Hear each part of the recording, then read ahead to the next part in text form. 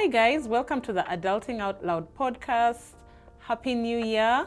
Are we still saying Happy New Year? Yep. Yes, I am still saying Happy New Year.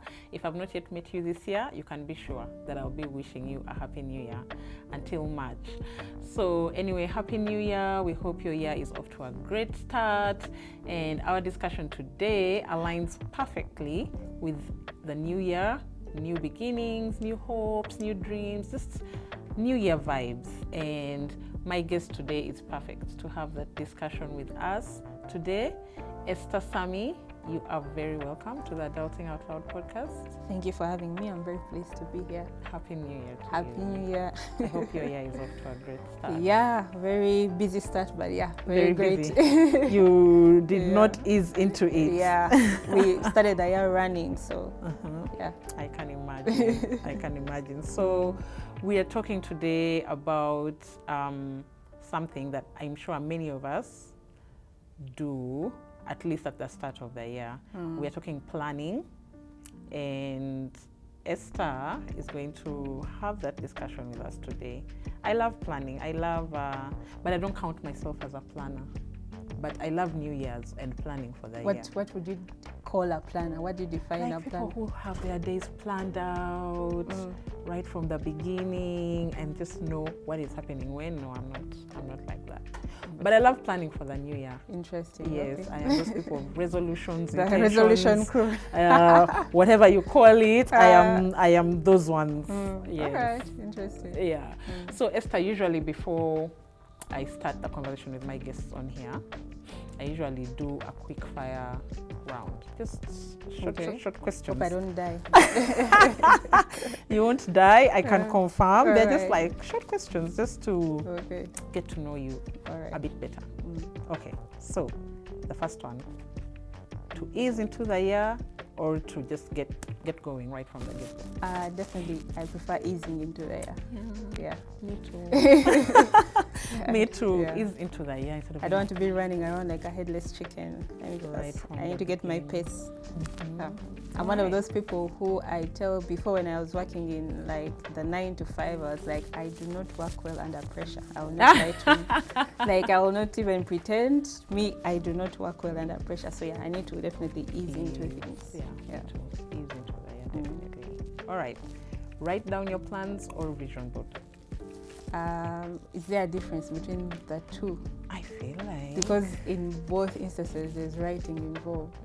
Yeah, Yes, vision a board, you bit. still have to write but it. it's like more visual. It's like I think it's the same tell because us, like, even if you're put you writing there, it depends on like, visualize it. I think it depends on like how creative you are, because even if I'm writing my plans, I may decide to, I don't know, put pictures or whatever. Oh, really? Yeah, depends on how all out you want to go in your planning. But yeah, Yeah, I think for that me usually like write yeah. down. For me usually write down. I usually just like write. bullet points.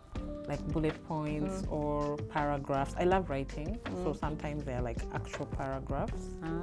But yeah, It's just the bullet points. or bullet points. Like just my plans. I think my I would thoughts, be my both. intentions. I'm like, what do you call it? A hybrid. I can do both. Yeah. All right. So this last question, I feel like I already know your answer. Okay. Are you a planner? Are you not a planner? Yeah, you already know my answer. Definitely. Is the definition of the planner? Yes. Definitely planner. Yeah, definitely. Okay. All right. Nice to know you, Yeah. Esther. All right. So we're going to get right into it. And we're just trying to, like we've talked about easing into the year, and I feel like planning helps you to ease into the year. Actually, maybe this should have been one of my quick fire questions. Planning in December, planning in January. Planning in December. Oh, really? Yeah. In Because- like that Because festive- you can't plan in the month you're supposed to start implementing. Like but you're the whole easing. no, but the whole purpose of planning is to have things set before the time they are needed. So if January you're planning, then that means January you're not actually implementing anything. Yeah, so you've lost like a whole month because I'm easing into the year. Yeah, like, so December slowly. Ideally should be when like you're doing your evaluation, self-evaluation, you're reflecting, and then you're seeking God and looking to what does the next year hold look and stuff like. Yeah. Okay. So December. I actually don't plan it. That's the problem. December, I'm like relaxing. We need to talk about that. Breathing out and being like, whoo, that was a year. We need to talk about that here. We do. That's an issue. Yeah. Then January, I'm like praying and being like, okay, God, the year has started. Okay, yeah, what plans do you have? And also share my like things that I would love to see happening. Then Feb. That's when. But also sometimes I can ease up to. I'm a May baby, Wow. and so sometimes I can ease up to May and be like, okay, my New Year is on my birthday. Yeah, we need to report you to someone. Need pains in some places. Yeah, but it's fine. Oh well. So Esther, how was your vision, or how has your envisioning of planning evolved over the years? Like now that you're an adult and before, how has that changed? Well, I think when we are younger, we are in systems that are already structured, and so your days are mostly already planned out. When you're a child in a home, family, it's your parents that plan out your day. Wake up, maybe do chores, do these activities, eat. When you go to school, and for us who went to boarding school, you already have a whole structure. So now when you get to adulthood and you have to lead your own life, so to speak, then it calls for a lot of discipline. Now, even more for us who work as freelancers or self-employed or consultants, it's very easy in the setting of a home office to just kind of like slug off, decide I'm going to sleep, I'm going to eat. But then if you do that, then your work is going to suffer in all other areas. So planning as an adult calls for a lot of self-discipline, self-motivation, and it's up to you really. Nobody's going to police you, and I have to take initiative for my own life and how I want it to turn out. All right. Yeah, which is, I miss being planned for sometimes. Yeah, where your meals are all set. I miss hearing a bell and being like, okay, time for prep. Yeah. I know, so yeah, I can imagine it. We fight to be adults, and then after we're like, Please I might have stayed a bit longer. Yeah, that's true. And yeah, the life of an adult, right? Yeah. So while I was like prepping for this, I was just thinking, yes, we plan, right? But part of being an adult is navigating so much transition. Yeah. Right? We lay out these plans at the beginning of the year, and you're like, okay, you have to troubleshoot a couple of times. I'm going to, which is so hard. Yeah. Right? So how do you like pivot? I've used the word pivot like in 2020. So yes, like how do you pivot? Like you plan, right? But God has the final say, right? How do you pivot? How do you not give up on planning? Because sometimes, like some years, I've had some years like at the start of the year, and I'm like, last year I planned, but things didn't work out. Look at all these plans, and it didn't work out, right? And so, how do you get back up, bounce back, and to start off, definitely beginning from God, who is our creator. He's a big planner. I mean, the entire Bible is proof of a plan. It's like an elaborate plan from beginning to the end. And I think what fails most people is that they plan, but they don't have any systems that facilitate their plans. So they set up goals, they set up, things that they want to achieve in the year, but the system of their life is set up in such a way that it works against them. So they never achieve whatever they have set out to achieve. So in the planning, what is the system? So for example, an athlete, if I want to win the Olympics, that means my diet is going to change, the time I sleep, how I relate with people. I may be less in maybe social activities, more on the track. So that system, the system of your life, the daily routine from the time you wake up to the time you sleep, that is very critical. And that is one area that people don't give attention to. The system exactly that will lead you to achieving your... Yes, it's like creating an environment or ground that will allow this particular fruit to flourish. So some have great and ambitious and audacious dreams, but the system of their life is such that they will never achieve those things. And then you have year in, year out, you get excited at the beginning of the year, you church, they're declaring this is your year, all these things, and then you claim and believe. But then what's the system of your life? If you have no system in your life, then you're not going to achieve it.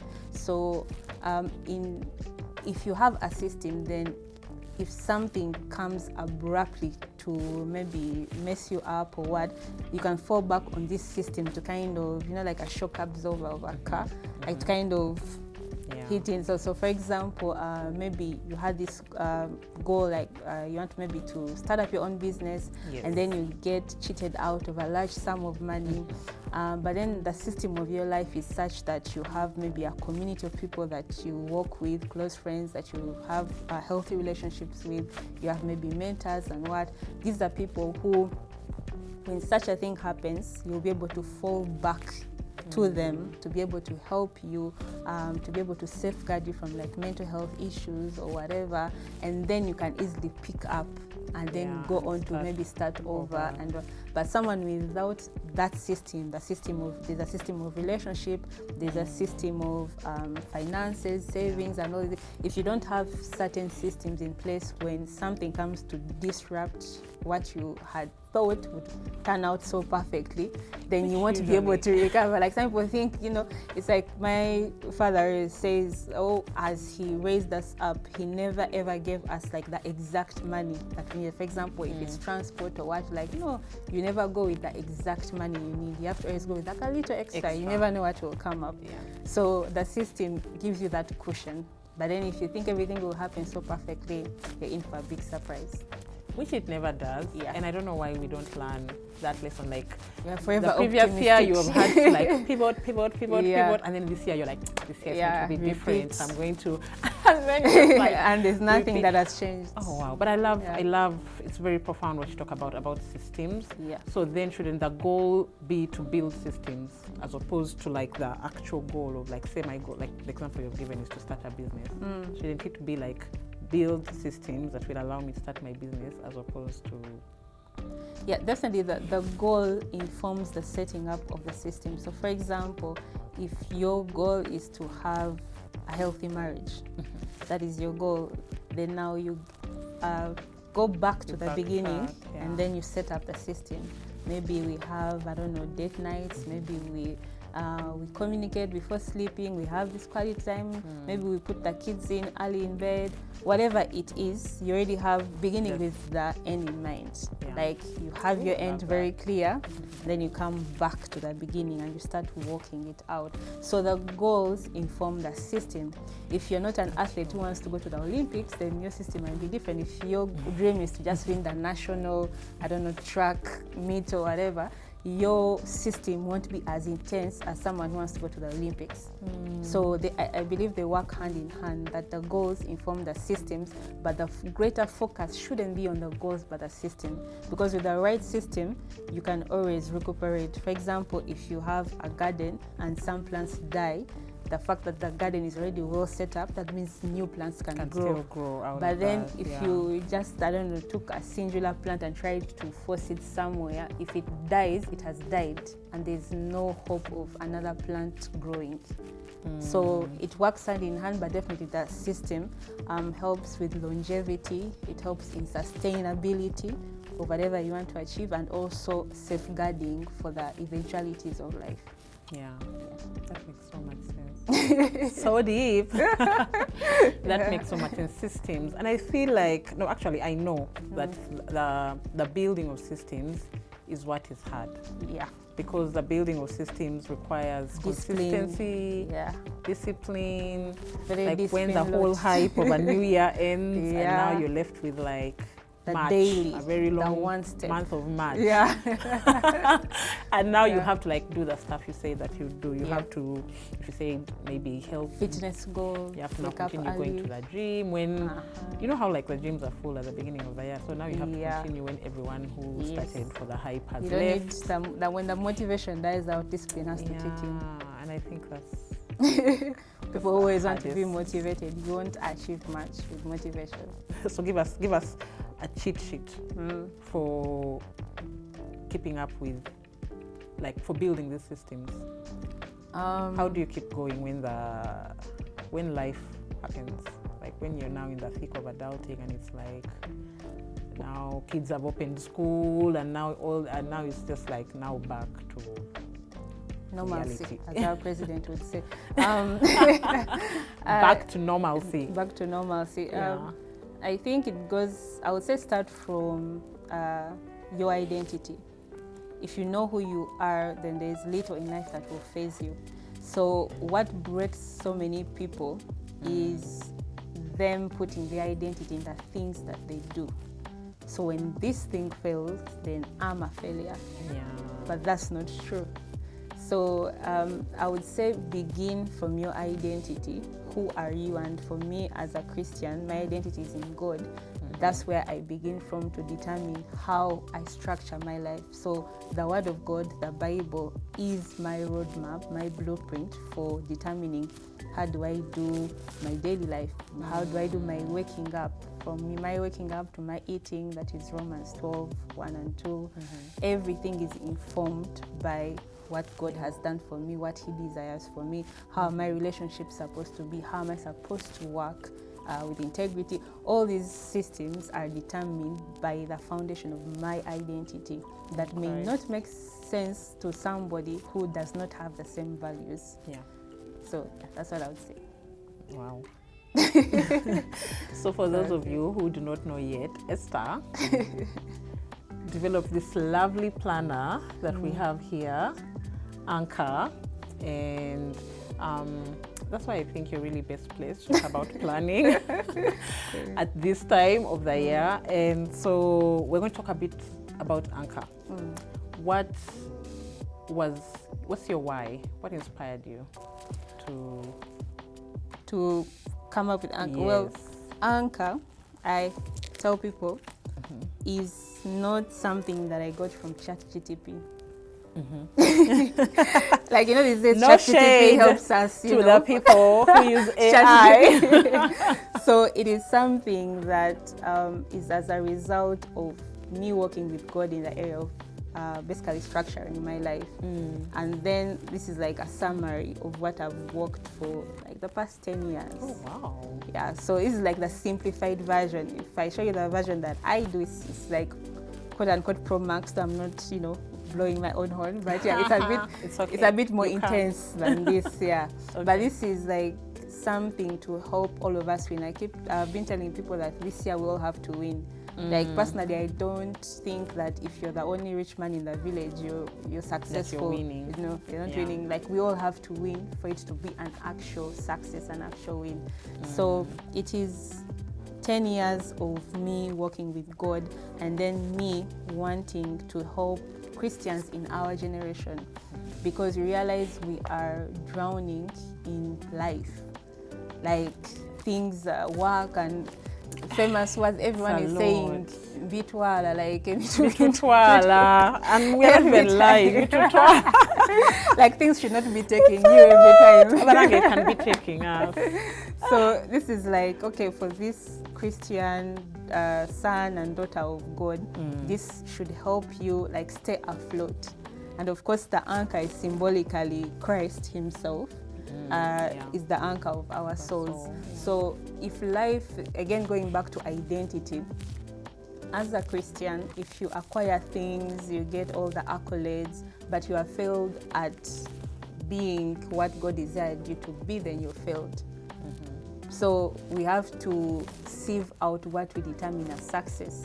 If you achieve, I don't know what, you discover the cure for cancer, but then in your backdrop, you have a family that is scattered, you have all this, like your life is a mess, you have maybe mental health, you have maybe like a sickness, chronic sickness, then you're not really successful.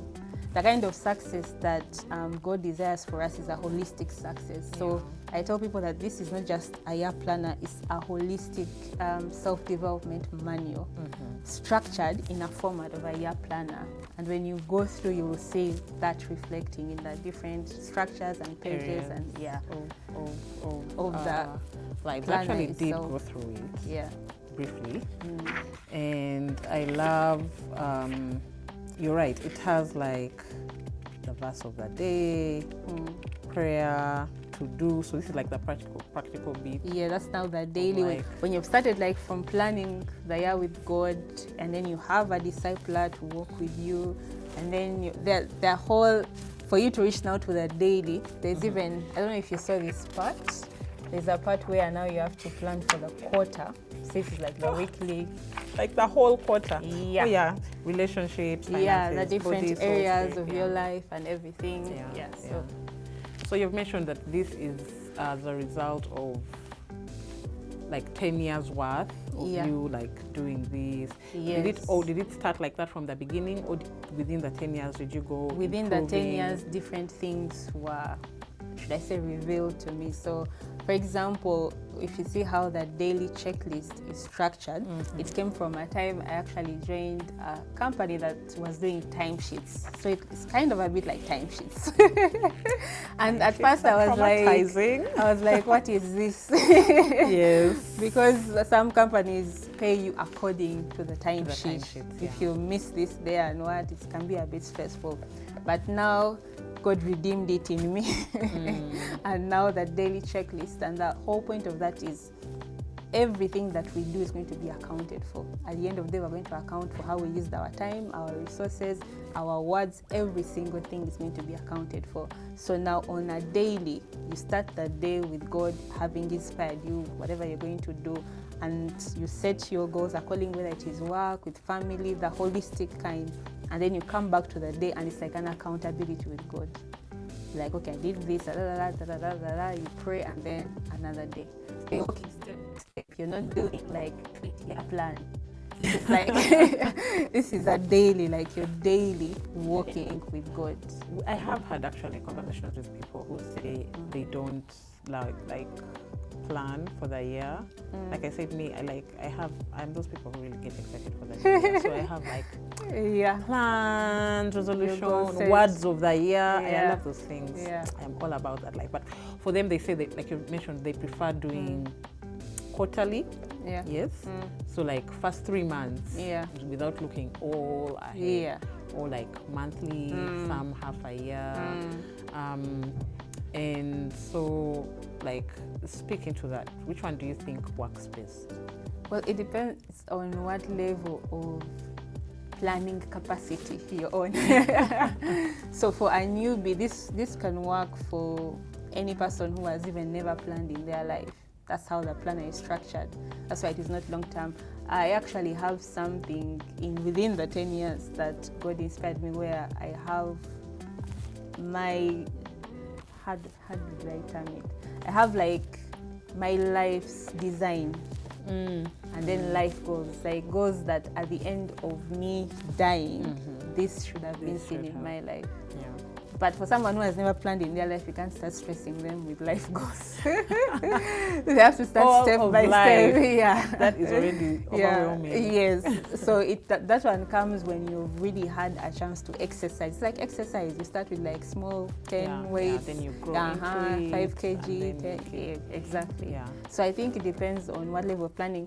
I actually encourage parents who have young children. There's a friend of mine who has, how old are your children? 7 and 2.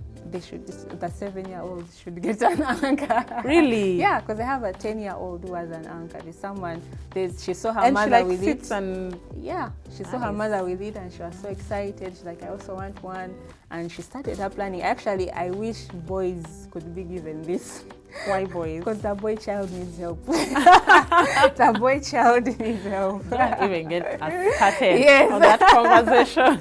Because the boy child needs help. But if children learn this from the beginning, have you ever seen the difference between, let's say, a child who was raised schooling from abroad and then a Ugandan child, or even just a child in an international school and then our local schools? Like, there's a difference in how they do things, how they manage their time, how structured they are. So I think this could help give our sons, our daughters, an advantage as well, that whatever they may be missing in school, that not all can afford to go to international schools, this helps them to have that kind of drive and self-motivation that will make the difference when they are older and they are in the work life and pursuing goals. Yeah, okay. so as early as possible, it helps you to begin step by step, to have it now whereby it's automatic. You may not even have an anchor, but then you have a book and you already have, it's already in your mind, okay, every day I have to account, what it's already a structure in you. Yeah. Okay, so where is the place of releasing the goals you have had? What do you mean release? Like in terms of, I started out the year, I thought like this is what I planned, but it has now become very clear to me that, this is not going to happen. So how do you release yourself? Yeah, just be like, you know what, I've not failed. It's okay to let go. It's okay to let go. And it might not even be like daily. Like we have to-do lists, but maybe you ticked off like 2 out of 7. Yeah. Okay, actually, I have to speak about that. So in this, and I think in the next edition we're going to redesign it. I keep that few people have told, or some people, you see this whole part here, you're not supposed to fill all of this in. You should put like at least like 3 goals or something, but not fill the entire. So you know, Africans, we have a lot of energy. Like we're so motivated. Someone will want every cup box to have. You're going to die. You don't have enough hours in a day to do all these things. So ideally, it should be like 3 goals, manageable goals. You have one for work, maybe one for your social life, one your personal goal, something like that. It's manageable. It's doable. But also at the end of each, this is February. Yeah. At the end of each month, there's an evaluation. Failure. So at the end of each month, you can evaluate together with your discipler. You sit down and you're like, okay, what have I achieved? Why did I fail? Why did I fail? And how I'm going to do better. So you move on a clean slate, and you're realistic about the why, the how, and So it's monthly evaluation, but also the fact that with this discipler is probably in your life on a daily. Then some things you can just bounce off them. You know, I got this challenge. You know, what do you think? The whole point is for us to basically not do life alone. There are relationships, God-designed relationships that support us and help us to move successfully. Yeah. But I'm struggling with the word fail. Fail. Failure is good. Should we call it fail? Yeah. Or like carry over. Like carry over. This one was a goal for Jan. Some things you can be like, I have failed. Over. It's okay. I'm letting that one go. Like I was saying, I'm not even carrying over. Like there's no carrying over. Like this one, biganye. Like close chapter and release, like you said. Yeah, some things you failed. Like, and it's good because if you see the most successful athletes, business people, they learn from their failures. Like you are as good as how many times you failed. So people should actually be comfortable failing. If you never fail, that means you never try, and if you never try, you never get good enough. Your potential. Yeah. Okay. So what is a good number for like number of goals? Say for a year, like for a year. We have now started 2025. We're talking monthly. Okay, monthly. Okay, for that. I really don't think monthly. Like I really monthly. I think you should have like 3 top goals. I would say 3. Yeah. Okay. 3 manageable goals. You're like, maybe this month I want, let's say maybe you're an HR. I have to write SOPs or something, and then you're like at home, maybe I have to visit grandma in the village, something like that. Then personally, you're like maybe. Something monumental to you. Maybe I have to achieve this level of fitness. Like 3, just that are manageable. That of course there'll be other things in there, but smaller ones. But then you have like which are building towards the 3. Yeah. Or they're just separate. Or they're so small that they're not really that. Goal. Yeah, they're not taking a whole month for you to achieve. It could be something spiritual, like okay, this month I want to read the whole book of Joshua, for example. So in a month you're like, I have to study this, like your major goals based of course on your priorities, what you see. Yeah, I would say spirit, soul and body. Yeah. I talked about reading about the book of Joshua, and I remembered that Bible in a year thing. That number of times. Yeah. every day. I get a have set of tried scripture. Really? to read But there the Bible there in are a so year. many Bible study plans. No, they and stuff. are, but they're like still. And they all give the ones you that I've seen scriptures have to- like so many like scriptures per day. chapters to read it. But they're And so manageable. if you miss like one day, you It have like becomes a lump backlog. sum. And so what I did actually, I was like, it's okay. The goal should be to read the Bible, like cover to cover, Yeah. right? So it might not be in a year. But It when might you be do in like 2 years when you or do like 1 year and a chronological half. order, you can actually achieve. I think also the other issue is with now for the workforce is the way our workplaces are structured, where people are overstressed, they don't have enough time, they are just like zombies working day, So it's night, like- day. Yeah, exactly. So even go back in the home and morning then now they are it's like- waking up early to beat the traffic, and then in the Yeah. night they have to sleep, they are tired because you can't really study when you're tired. Even at work you'd say maybe a lunch break, but then there's something happening. Yeah, so I think also the other issue that people have to Kwekalasa is their rights as workers. That's why I rejected the 9 to 5. Yes, because I there are did see certain rights as systems workers that coming. really don't facilitate our growth and development as human beings. Like, personally, that's why I jumped out of the 9 to 5. Like, I was not seeing myself develop. I was just seeing myself extinguished. Like, you have so many things to do, no time to grow, no time to add maybe another skill, but you're just being spent. So like, no. Yeah, that's true. 9 to 5 is very hectic. But then Yeah. on the flip side, I would think freelancer, then I would now just be there. Oh, no, the okay, 9 I to have 5 like, can just build my still- business, build yeah, my business, build yeah. my... Which can like... The 9 to 5 can be better because, for example, there are countries, years ago, they made a switch, I think all over Europe now, there's like the four-day week. Days. And then even in a day, you don't really work all the days. And there are several reports that show that actually people are more productive. People are way more contributing better. And it's even just common sense. Like if you have a car and you're using it non-stop, it's going to die on you at some point. To be less, it's just going to go being less productive. But I don't know how that does not like make sense in the minds of employers. So even this, yet the people who brought it to us are doing now different. backtracking and they're rethinking. prioritizing mental health, they're prioritizing self-care, and then as Africans, we want to be the Kaonawas, want to die in our own movies. So. Yeah. Okay. Yeah, that makes sense. So you've talked about one of the challenges being systems, Yeah, right? yeah. And we make jokes really about how are you, like around April there, then someone will be like, how are your New Year's resolutions going and all that. In a mocking. So, yes, other than systems, what other major challenge do you think that we deal with? Why don't we go through with our... I think You've put the systems... some people just are in love with the ideas of their goals, but they don't really want to do to them. work to put in the work. No, like they are delulu, like they're in a delusion. Like you tell yourself that I want this, but you don't actually want that. I feel like you do No, want it. some people, Maybe you don't want some like people the just like I work think involved. the way certain goals sound. Sound. They just like the sound of I have this goal, but then real, because you can tell discipline is like a testament of someone's commitment to a certain thing.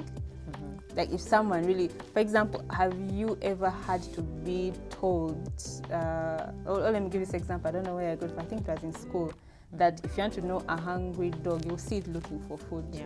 Like you don't be there barking, even us, like if you be there, oh, I'm so hungry, but you're not, seated, yeah. you're not moving, you're not doing anything, then really, like who is lying to who? So I think we need to really be honest with ourselves, and I think ambition is not for everyone. Like even this book, The Anchor, is not for everyone. It is for those who say that I am a disciple. Now we have disciples and we have members in church. That's another whole conversation. Why are you bringing this up? That's another conversation. But then a life of a disciple, like you're aiming for something way more than someone who is just comfortable being a member.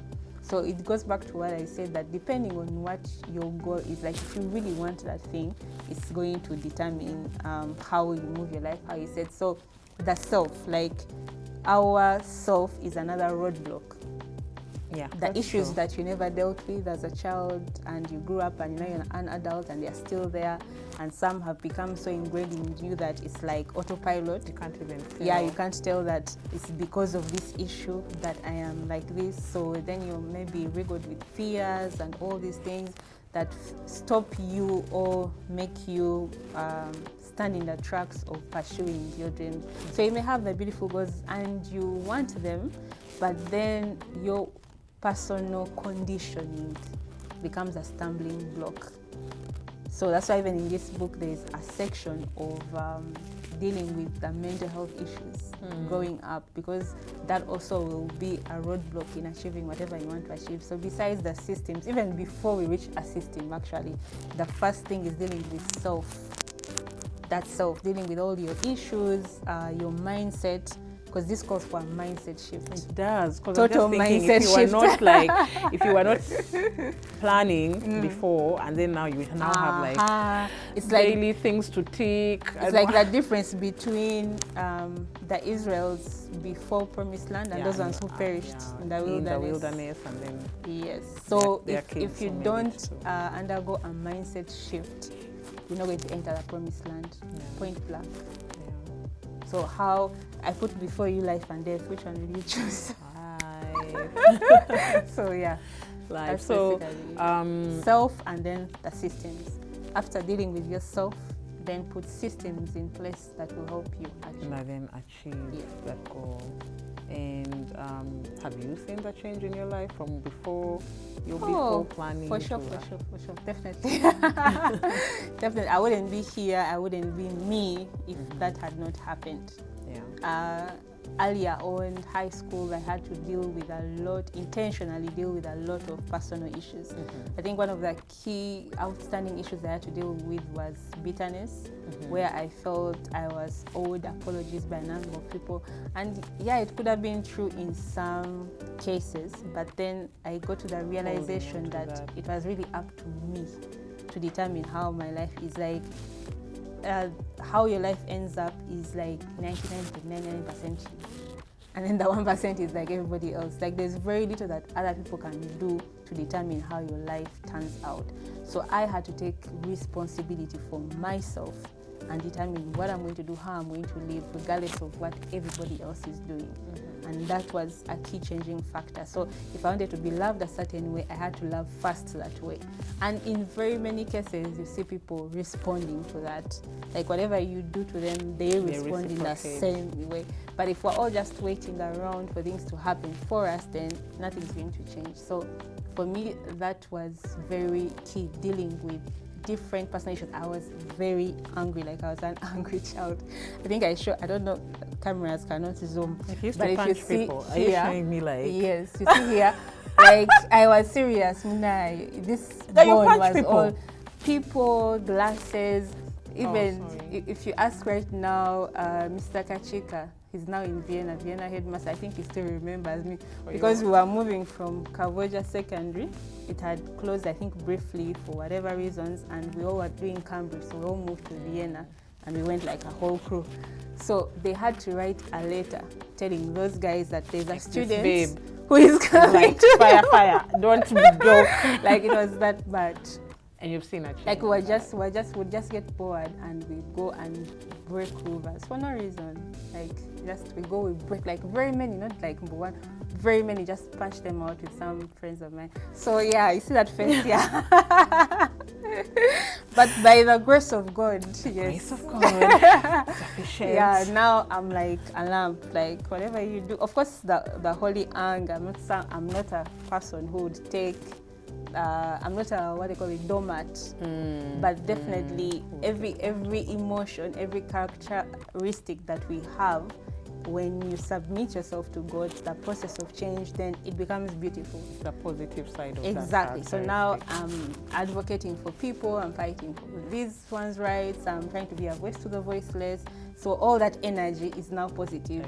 Before it was just chaotic. I would lead riots and be the one who I literally cannot envision you doing that. Should get before and after pictures. So yeah. All right. So to wrap this up, you mentioned something about how, like, we are not called to walk like this life journey alone. And like, I also talk a lot about how adulting, like, you can't do adulting alone, right? Like, you need community, you need people, you need friendships, relationships, really. And you've mentioned a discipler. Yeah. And we even have a section in this book about like your discipler. Yeah. So I'm imagining that's someone who keeps you accountable to the goals you've set. Do you want to give you spiritual oversight? So a discipler. Yeah, do you want to speak into that and just So a discipler is a revolutionary. Oh, mama, English. A discipler is a revolutionary idea, but an old idea at the same time. So in our time and age, you can't actually hear very many people say, "This is my disciple." Have you ever heard someone say, "This is my disciple"? No. Exactly. But I would imagine when you say discipler, what I think about is mentor. No. It has components of it has components of mentorship. It has components of accountability, but it's vastly different. Okay, how? So remember, Christ gave us the mandate that go ye and make disciples of all nations. Yeah. And when you study Jesus Christ and the disciples, what he's doing with them as he's discipling them is that he's sharing his life. It's like he's giving a blueprint of his life. And as Paul says that imitate me as I imitate Christ.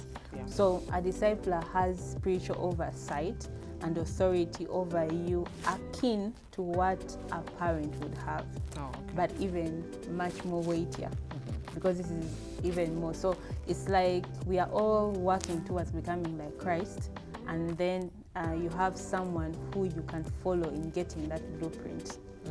So a mentor, for example, would maybe train you how to do business or something like that. Isn't a mentor supposed to be more? No, like people get mentors for specific things. Yes, that's specific areas of your life. Exactly. Like marriage, finances, career. Yeah, accountability partner could be like your friend or something. But now a discipler is vastly different in that their whole life, like that, looking at you from a wide lens. If that makes sense, like full spectrum. So it covers all those nitty-gritties. It's not just this or this or this. It does not mean that you don't have other people in your life, but then this is like the one who gives oversight to you becoming into the person that God desires you to be. So right now, for the few people that have bought this, I understand if you do not have a discipler on your that capacity is like empty. Yes, I understand, because even as a church, we are still growing back into that system. I don't know how many churches that you know that have even just a discipleship program. Classes. Yeah, and it even goes beyond that to having disciples. So it's a system that is new but old. It's as old as the Bible, but then it's kind. So now we have the whole thing of like mama, papa, what, and then you have people feeling like orphans. People still say mama, papa. Like that's like the norm. That is like the norm. There's such a thing in like campus CU. Oh, that is the norm. There are churches where that if you go up country, that is it, mama, papa. Okay. Like it's only maybe Kampala churches, but even Kampala churches is still mama, papa. Yeah, but then you have people who feel like orphans because the pastor does not know them, but a pastor cannot disciple the congregation. Like that's a lie. Yes. So if people just get back to, you know what, I don't have to be connected to this superstar preacher, just somebody within my community can actually help me walk this life successfully. I think we'll all be better off, and we'll all have a more impactful body in Uganda as the church. Yeah. Thank you so much. Thank you for having me. For your time. But before you leave, your parting shot, a hot take about planning. A hot take? Yes. Parting shot. Yeah. Interesting. Okay, should I look to the camera? You. Look to you. Camera. Yeah. Okay, so this is what I would say, that if you're not going anywhere, then you don't need to plan. If you're just about living life and the now, then this planning is not for you. And planning can only be successful based on your identity.